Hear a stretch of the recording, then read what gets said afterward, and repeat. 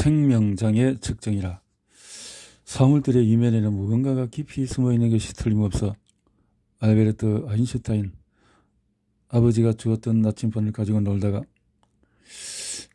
요약하면은 과학이 급속도로 진보하는 현 시대에는 불과 20여 년 전만 해도 절대적으로 확실해 보였던 개념들이 더 이상 진리가 아닌 것으로 판명되는 경우가 많다.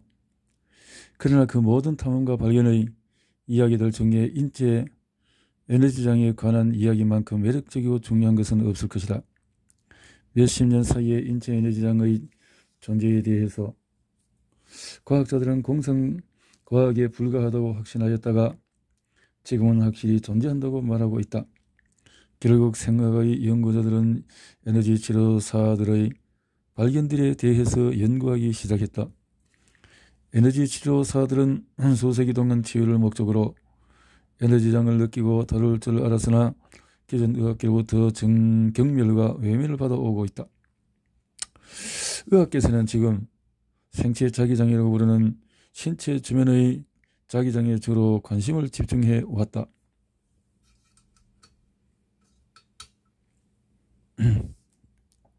생의학 연구 분야에서 생체 자기에 대한 관심이 널리 퍼졌다. 우리는 이미 저명한 과학자들인 웨스테드, 앙페르, 또 패러데이의 발견들로 시작된 물리학에서 180년 이상의 연구들을 통해서 전기와 자기에 대한 많은 것을 알고 있다. 아인트호벤의 심장 전기장의 발견과 심전도기 발명은 심장이 거대한 전기장의 원천임을 확립시켜 주었다. 다른 기관에서 발생하는 전기장도 진단에 이용된다. 뇌전도, 근전도, 안구전도가 그 예이다. 웨스테드와 앙페르는 전류가 흐를 때에 그 주위 공간에 자기장이 형성됨을 보여주었다. 따라서 위에 언급된 각각의 전기 시스템은 이에 상응하는 역시 측정 가능한 자기장을 가진다. 심장전기라. 자기장은 전류로부터 만들어지고 또 생체 전기에서부터 이야기를 시작해보자. 만일 당신이 전기와 자기를 잘 이해하지 못한다면 역사상 선구적인 물리학자들의 도움을 받아보자. 예를 들면 우리는 서로 다른 형태의 에너지, 즉 전기자기 열 및 전자기 운동 에너지, 소리, 중력, 파동, 단송 등이 있음을 알고 있다. 그러나 이 서로 다른 에너지 형태들의 기저에는 어떤 근본적인 원리가 있음에 틀림이 없다. 알베르트 아인슈타인은 다양한 에너지 형태들 뒤에 어떤 공통 분모 또는 깊이 숨어있는 통일점을 찾으려는 탐구로 그의 생년 말년을 보냈으나 결국 성공하지는 못했다. 근본적인 수준에서 보면은 우리는 여전히 전기와 자기가 실제로 무엇인지 정확히 모른다.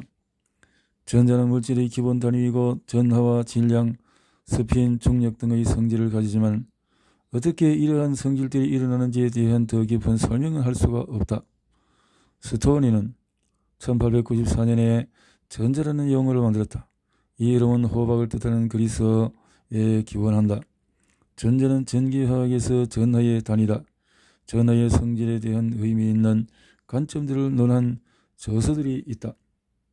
1998년 약 100년 전 네덜란드의 물리학자인 빌렘 아인트호벤은 심장에서 만들어지는 전기를 매우 감도 높은 검역으로 기록할 수 있음을 발견하였다. 1906년 아인트호벤은 이 발견으로 1924년에 노벨상을 받았다. 그의 기술은 개선되어 현재 심전도기가 의학적인 진단에 있어서 표준이 되기에 이르렀다. 이렇게 전기로부터 발생하는 자기, 심장자기, 이런 양자혁명. 볼과 맥피는 1963년 심장이 틀림없이 자기장을 만들어낼 것이라고 예측했고 이를 측정하기 위해서 상당한 노력을 기울였다. 양자물리학의 도움으로 전리 없는 민감도와 정확도를 지닌 장비가 개발되어 인체 에너지장을 매핑할 수 있게 되었다. 스커이드 자기에 얇은 저렴막을 두 개의 초전도체 액화 헬륨으로 냉각시킨 두 개의 금속 사이에 두면은 전자성으로 구성된 초전도 전류가 전륜막을 넘어 흐르게 된다. 이렇게. 심자도 스코이드의 최초의 생물학적인 적용은 매사추세츠 공과대학교 프란시스 피터 국립자기연구소에서 설치한 두껍게 자폐된 방 안에서 이루어졌다. 자폐가 필수적인 이유는 심장 자기장은 지구 자기장의 100만 분의 1, 도시 환경에서 발생하는 자기장의 1000분의 1밖에 되지 않기 때문이다. 코헨과 그의 동료들은 심장의 자기장을 이전보다도 더 정밀하고 높은 감도로 측정하였다. 1970년도에 네요. 이렇게 인체 주변에 형성되는 생체 자기장을 검출 및 측정하고 매핑하는 스코이드의 자기의 기본적인 디자인은 이렇게 조셉슨 접합부를 사용한 자기 센서 코일 중심의 자기장의 강도는 접합부 사이의 전압치료로 측정이 된다. 현대 심자도장치 심전도 뇌의 전기와 자기 아인트호벤이 심장 전기의 발견으로 노벨상을 받은 지 몇 년이 지나지 않아서 한스 베르거 1929년에 두피에 부착한 전극을 통해서 뇌에서도 훨씬 작은 전기장을 측정할 수 있다고 발표하였다. 뇌에서도. 1970년 코헨은 그의 스코이드 장치를 뇌의 영역까지 확장할 수 있었다. 이 장치를. 그래서 뇌전도를 이렇게 자기장을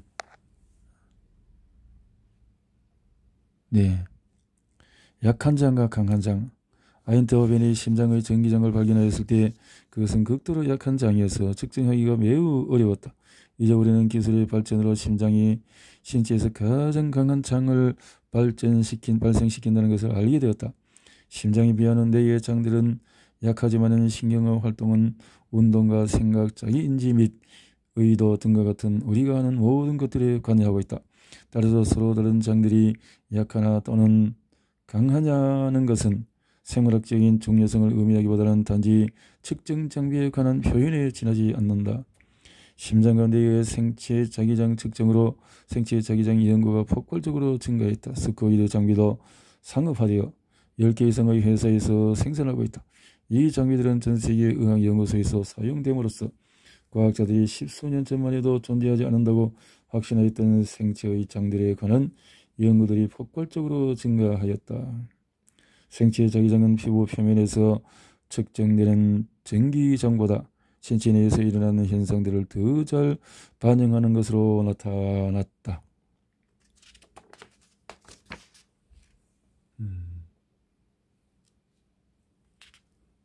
과학자들은 고전적인 전기적 진단법들은 그에 상응하는 생체 자기장을 지닌다는 것을 깨닫게 되었다. 예를 들어서 눈은 배터리처럼 작용하여서 상당한 전기장을 형성하는데 이것의 강도는 망막에 닿는 빛의 양에 달려있다. 이러한 장의 기록을 망막전도라고 한다. 망막자도는 이 망막전도에 상응하는 망막자기장의 기록이며 머리 주위 공간에서 측정한다. 심장뿐만 아니라 다른 근육들도 수축하면 전기장이 형성되어 근전도로 기록이 된다. 이렇게 이제 주위의 공간에서 측정하는 다양한 생체 기장, 자기장, 상대적인 강도. 훈련이 뇌파에 미치는 영향은 그래서 스코이드를 이용한 바이올린이나 그 밖의 현악 연주자들의 자기장 뇌파에 관한 흥미로운 연구를 보여준다. 1995년 몸에 사용되는 방식에 따라서 상응하는 신경계의 조합이 변한다는 것은 이미 잘 알려진 사실이다. 특정 신체 부위의 사용이 증가하면 이에 상응하는 뇌 회전의 운동 및 감각 영역도 확대가 된다. 가설, 악기 연주자들에 관한 연구에서 드러난 것처럼 핸즈온 기법, 마사지, 롤핑 또는 구조 통합술, 트레이지, 반사요법, 침술, 시아초, 기공, 두개의 청골요법 등 반복적 시술로 뇌의 관련 영역의 생체 자기장 출력이 증진되며 이것이 또한 치료기술과 감지 능력의 향상과 상응하는 가를 밝혀낸다면 분명 학교의 이목이 집중될 것이다. 검증해 볼만한 또 다른 가설로는 레이키, 접촉, 치유, 힐링, 터치, 극성요법, 오라, 밸런싱 등의 핸즈오프 기법들도 역시 생체 자기장 출력과 수술자 손의 감지력을 증가시키는 지역하는 것이 있다. 이러한 연구를 통해서 숙련된 에너지 치료사들이 어떻게 환자의 미묘한 생체장을 감지하고 또 어떻게 손상된 조직에 적절한 에너지를 방사하여 유익한 변화를 촉진시킬 수 있는지를 알 수 있을 것이다. 생체 자기장과 감지. 지난 수십 년 동안 이루어진 연구들부터 우리는 다음과 같은 결론을 지을 수가 있다.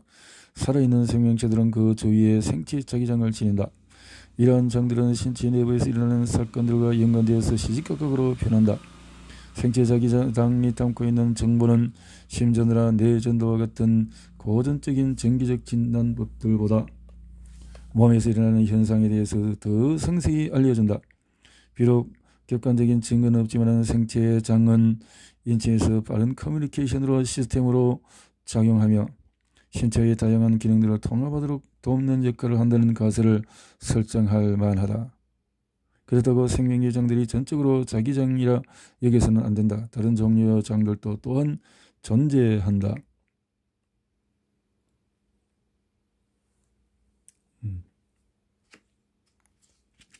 이렇게 넘어갔어. 챕터 9 조절 에너지학이라. 조절 에너지학 밝혀볼까? 전자기 커플링은 동안 분자 간에서 들뜸 에너지 전파는 단순히 생각할 문제가 아니다. 센트 제러지 1957년. 센트 제러지는 그의 강의와 대화에서 생명현상의 과정은 너무나 빠르고 미묘해서 신경 임펄스의 느린 움직임이나 분자들의 무작위 충돌로서 설명되기 어렵다고 말하였다. 이것이 사실이면 몸속의 신경 임펄스나 화학 반응보다 더 빠르게 작동하는 커뮤니케이션 또는 조절 시스템은 과연 어떤 종류의 것일까?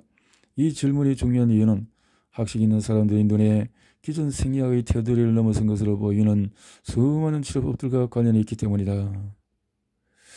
보완대치법에 대한 광범위한 연구, 기초 생물학적인 지식을 통해 내릴 수 있는 결론은 각각의 치료법은 하나 또는 그 이상의 조절 시스템과 상호작용을 함으로써 성공적으로 작동함에도 불구하고 기존의 생리학은 이 시스템들에 관한 이해가 부족하다는 것이다. 그 결과 기존 의학적인 패러다임에 빠져있는 사람들은 자신들이 배웠던 기초에 의거하여 이해할 수 없는 치료법들이 당혹해한다. 이에 반해서 에너지 의학은 좀 더 완벽한 그림을 제공한다. 조절 에너지 의학. 자, 이제 조절 에너지 의학에 대해서 이 장에서는 좀 더 조절, 커뮤니케이션, 통제, 조절, 협동, 통합, 피드백, 에너지 흐름의 같은 주제는 생명 시스템과 치유 과정을 이해하는 데 필수적이다. 에너지 바탕의 구조, 어떤 손상이나 질병이 발생하면 이에 반응하여 매우 정교한 일련의 생리적 프로세스가 전개된다. 몸은 환경의 변화에 극도로 빠르게 적응하고 손상이나 질병에 적절히 대처할 수 있도록 설계되어 있다. 이러한 조절은 어떤 결함이 발생한 직후에 매우 짧은 시간 안에 시작되는 것과 같다. 기초 생활학에서도 이렇게 설명하고 있다. 진화 과정을 거치면서 생명 시스템은 다양한 물리학적인 법칙과 다양한 조절법들을 활용하고 최적화시켜왔다. 몸이 적응하지 못하거나 상처가 스스로 치유되지 못하게 되면 이것이 바로 의료적인 문제가 되는 것이다. 조절 실패를 간단히 설명하자면 일부 주요한 커뮤니케이션 프로세스가 적절하게 기능하지 않는 것이다. 세포와 시스템은 무엇을 수행해야 하는지 알고 있다. 그러나 어떤 이유로 인해서 그들이 수행해야 할 일을 하지 않고 있는 것이다. 가장 중요한 이유 중에 하나는 전치성을 회복하고 유지하는 데 필요한 커뮤니케이션도 또 에너지 흐름의 고장이 발생했기 때문이다. 그렇죠. 예, 자동 조절이 고장될 수밖에 없는 것들은 낮과 밤 또 이렇게 에너지 흐름을 막아버리면 그렇겠죠.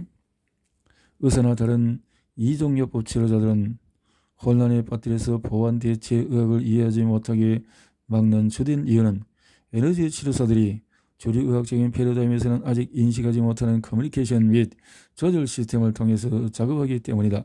주류 의학적인 패러다임은 여전히 신경, 생화, 화학적인 메신저 등에 주로 초점을 두고 있다. 그런데 이제는 에너지적으로 이야기를 펼치면서 우리는 가치 있는 새로운 정보와 개념들을 얻게 되었다. 이로써 생리학과 의학에 대한 이해가 증진되고 모든 임상적인 접근법들에서 그 효과가 좋아지고 있다.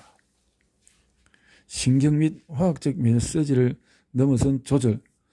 알베르토 센토제레지는 생명현상의 빠른 속도와 정밀성을 설명하고자 하면 반드시 존재해야만 하는 생체 안의 그 어떤 다른 시스템을 찾고자 소년을 보냈다.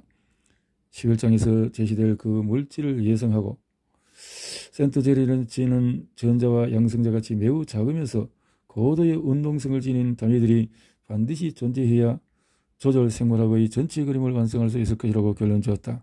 그는 또한 분자들 사이에서 일어나는 공명과 전자기 커플링을 중요성을 인식하고 있었다.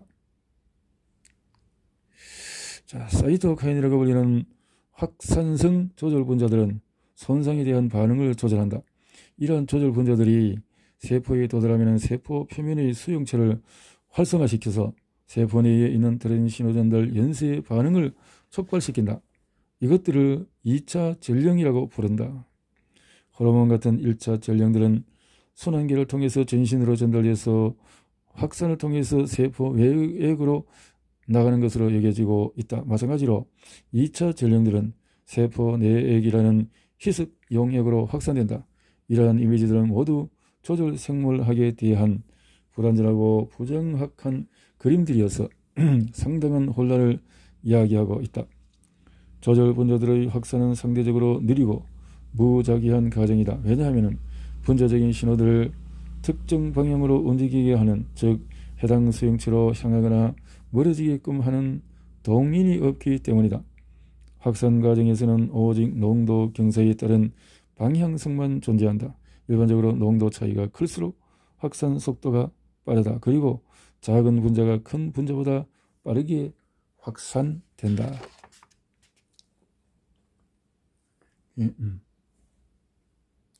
세포에서 신호분자 방출. 일반적으로 농도 경사에 따른 확산 방식으로 신호가 전달된다.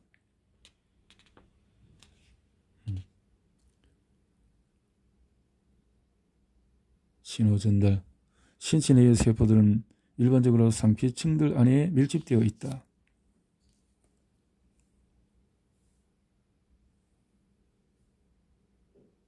세포의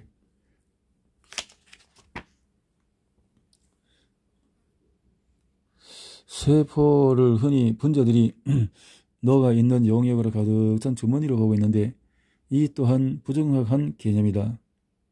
또한 이 분자들이 무작위로 확산하다가 다른 분자들과 우연히 충돌하여서 화학 반응 또는 조절 반응이 일어난다고 보고 있다. 이러한 세포 모델이 지닌 문제점은 이것이 완전히 부정확하다는 것이다.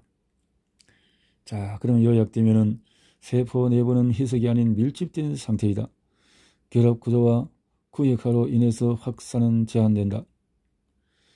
효소들은 용해되어 있는 것이 아니라 단위체로 구조화되어 있다. 대부분의 단백질은 용해되어 있다기보다는 고형체로 존재한다.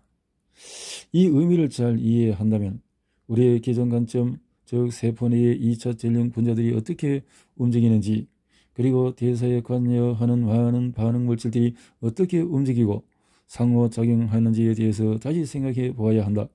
그래야만 우리는 에너지 치료를 더 잘 이해할 수 있고 조절 생물학에 대한 새로운 통찰을 얻을 수 있으며 치유가 어떻게 빨리 일어날 수 있는지를 깨닫게 될 것이다.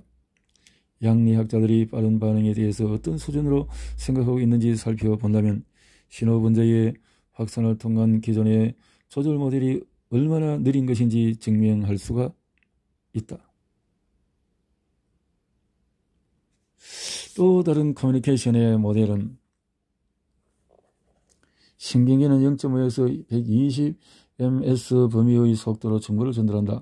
큰 신경일수록 속도가 빠르고 초당 풋볼 경기장만한 길이의 임펄스를 전도할 수 있다. 일견 이것이 매우 빨라 보이지만 한 신경에서 다른 신경으로 전달되려면 시냅스를 거쳐야 하는데 여기서 약 0.5ms 정도 지연된다. 포식자, 비식자 상황에서 일어나는 생존을 위한 압박으로 인한 감각 운동 시스템은 매우 민감하고 빠르게 반응하도록 진화했다. 이러한 시스템의 도움으로 정확한 시간에 맞춰서 날렵하게 그리고 믿을 수 없을 정도로 조화롭게 고도의 춤이나 운동, 무술과 같은 복잡한 운동을 수행할 수가 있다. 존이라고 불리는 상태에서 이루어지는 운동 수행에 많은 사례가 있다. 신경계 프로세스는 많은 뉴런이 동원되고 많은 시냅스를 거쳐야 하므로 복잡하고 상대적으로 느리다. 더 빠른 다른 메커니즘이 있어야만 한다. 12장에서 무의식적인 마인드와 직관한 관련된 비신경적인 커뮤니케이션 시스템에 대해서 요약하고 있다. 이들 메커니즘 중에 일부는 신경보다 훨씬 빠르다.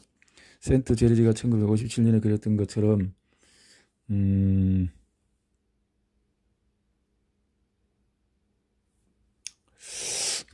참 어려운 것. 호르몬 수용체 축 문이 열고 닫고 열쇠와 같이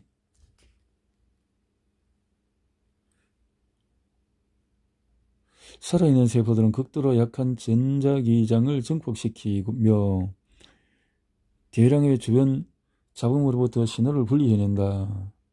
3장에서 언급했듯이 과학자들은 매우 작은 에너지장이 생물학적인 효과를 가질 수 있는지 의문을 지녀왔다. 일반적으로 받아들여지고 있는 사실은 세포 내의 온도를 변화시킬 수 없고 그래서 세포 내의 화학적인 변화를 일으킬 수도 없는 극도로 낮은 에너지의 광자들은 생물학적인 효과를 야기하는 것이 불가능하다는 것이다. 그러나 최근의 연구에서는 이것이 어떻게 가능한지를 보여준다. 23개의 연구들을 요약하여 수많은 세포 대사를 조절하는 전압 개폐 칼슘 채널이 매우 약한 광자에 의해서 즉각적으로 활성화된다는 것을 보여주었다. 폴의 연구는 저에너지 진동장을 이용하는 의료기기, 에센셜 오일, 약초 및 동종요법과 약학 이외에도 음성과 손을 이용하는 파동의학 분야에서 전환점을 찍었다. 자물쇠 열쇠 모형, 전령과 수용체의 효소와 기질 그리고 항체와 항원 간의 상호작용에 대해서는 단순한 자물쇠 열쇠 모형으로 비유되어 왔다. 전령은 열쇠이고 수용체는 자물쇠.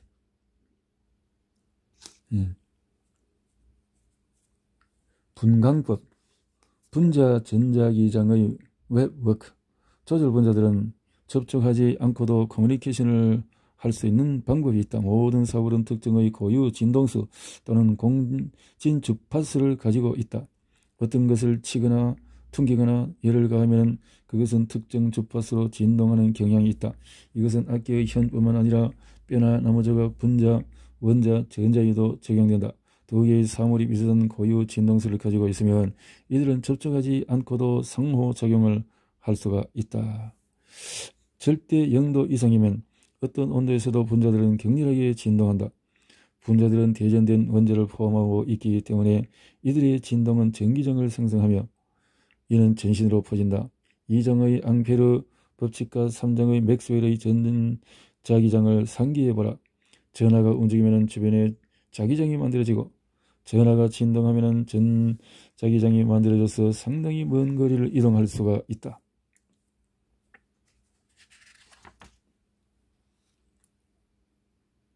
모든 진동하는 분자는 특유의 주파수 패턴으로 전자기장을 방출할 뿐만 아니라 비슷한 분자들은 멀리 떨어져 있어도 주변으로부터 동일한 주파수를 흡수한다.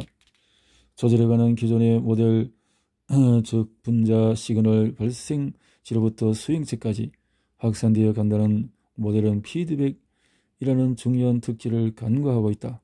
조절 시스템의 사이버네틱 개념에서는 이상적인 조절 시스템이라는 시그널 발생지와 수용체 폐쇄 회로로 연결되어 수용체가 메시지를 받았다는 신호를 발생지에 거꾸로 전달할 수 있어야 한다. 이렇게 단백질 기문 달린 펩티드. 다음으로 우리는 분광법을 그토록 강력한 도구로 만들어주는 분자 간에 일어나는 이 운동들을 살펴보고자 한다.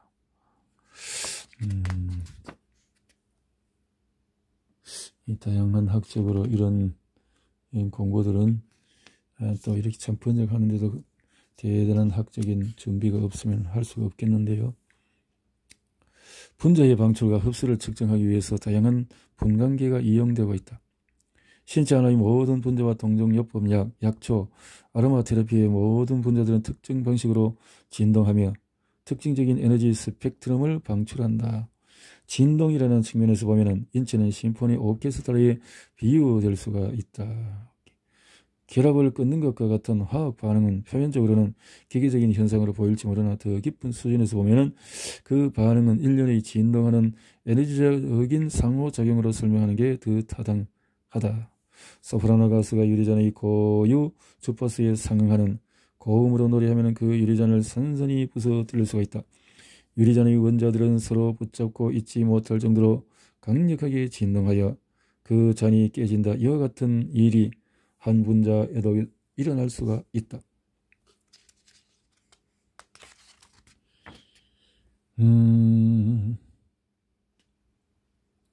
이러한 분자 수술은 바디워크에 중요한데, 왜냐하면 이것이 논란의 여지가 많은 파동의학적인 치료법들에 있어서 생물 물리학적인 기초가 되기 때문이다. 예를 들어서 몸에 축적되어 있는 고엽체, DDT 같은 독소들이 선이나 음성, 진동하는 미세전류, 악계 또는 크리스탈 등에서 방출되는 에너지장에 의해서 파괴될 수가 있다. 복합 화합물이 진동에 의해 파괴되면 독성이 없어지고 그 조각들이 몸 밖으로 배출될 수가 있다. 진동을 또한 분자 간의 상호작용은 분자들과 이들의 진동은 모든 생명 과정을 조율한다. 몸에서 일어나는 모든 일은 분자들의 상호작용으로 일어난다. 그 기쁨이나 철학과는 상관없이 모든 치유법들은 분자에 영향을 미친다. 누구도 분자를 본 적은 없다. 분자는 너무도 작기 때문이다. 가장 고성능의 현미경조차도 분자 모양에 대해서 어림풋한 윤곽을 제공할 뿐이다. 그럼에도 불구하고 우리는 분자들이 어떻게 구성되었는지, 그 기능을 어떻게 수행하는지에 대한 상세한 지식을 가지고 있다. 이것이 어떻게 가능할까? 분자는 원자로 구성되어 있고 원자는 전자로 구성되어 있다. 실제로 분자와 물질 일반에 관한 우리의 지식은 빛과 전자를 들간의 상호작용을 연구함으로써 도출되었다. 두 단백질이 서로 붙어 있지 않더라도 왼쪽 단백질의 분자에 대전된 부위가 회전하면 전자기장을 형성하여 오른쪽 단백질에서 보완적인 운동이 야기된다. 분자가 전자기적인 시그널을 전달하고 수용하는 능력에 대해서는 앞에서 설명하였다. 분광법은 이러한 분자의 전자기 방출과 흡수의 중요성을 자세히 설명해준다. 그림 3사에서 보듯이 무선 송신기와 수신기 각각에 달린 안테나에서 일어나는 현상이 분자각 상호작용과 비슷하다. 10장에서 우리는 세포 내의 생화학적인 반응이 훨씬 빠르게 일어날 수 있는 근거를 살펴보게 될 것이다. 대사 물질들은 반응을 일으키기 위해서 느리고 무작위적인 확산에만 의지할 수가 없다. 세포 내의 효소의 대부분은 용해되어 있지 않고 단위체로 결합되어 있어서 어떤 반응의 산물이 효소에서 효소로 연속적으로 전달이 된다.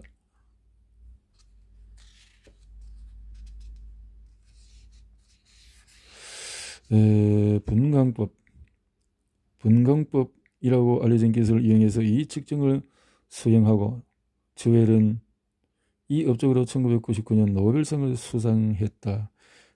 그가 측정한 도로는 화학 반응에서 원자들의 속도는 거의 총탄의 속도에 맞먹는다.